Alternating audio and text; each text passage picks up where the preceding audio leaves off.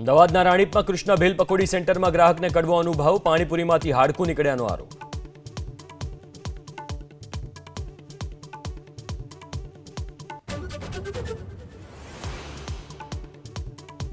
મહેસાણાના વિસનગરમાં વેપારીના ઘરમાં ઘૂસીને 18,000ની લૂંટ અને મારપીટનો પોલીસ પર આરોપ, ફરિયાદીએ સીસીટીવી ફૂટેજ પણ કર્યા જાહેર, એસપીને લેખિતમાં ફરિયાદ।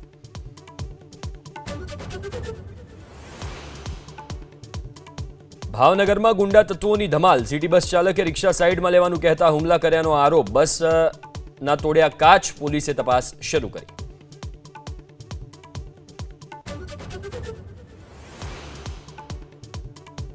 મધ્યપ્રદેશ હાઈકોર્ટે ધારની ભોજનશાળાને માન્યું મંદિર, સવારથી જ મંદિરમાં પૂજા અર્ચના, ચુસ્ત સુરક્ષા બંદોબસ્ત।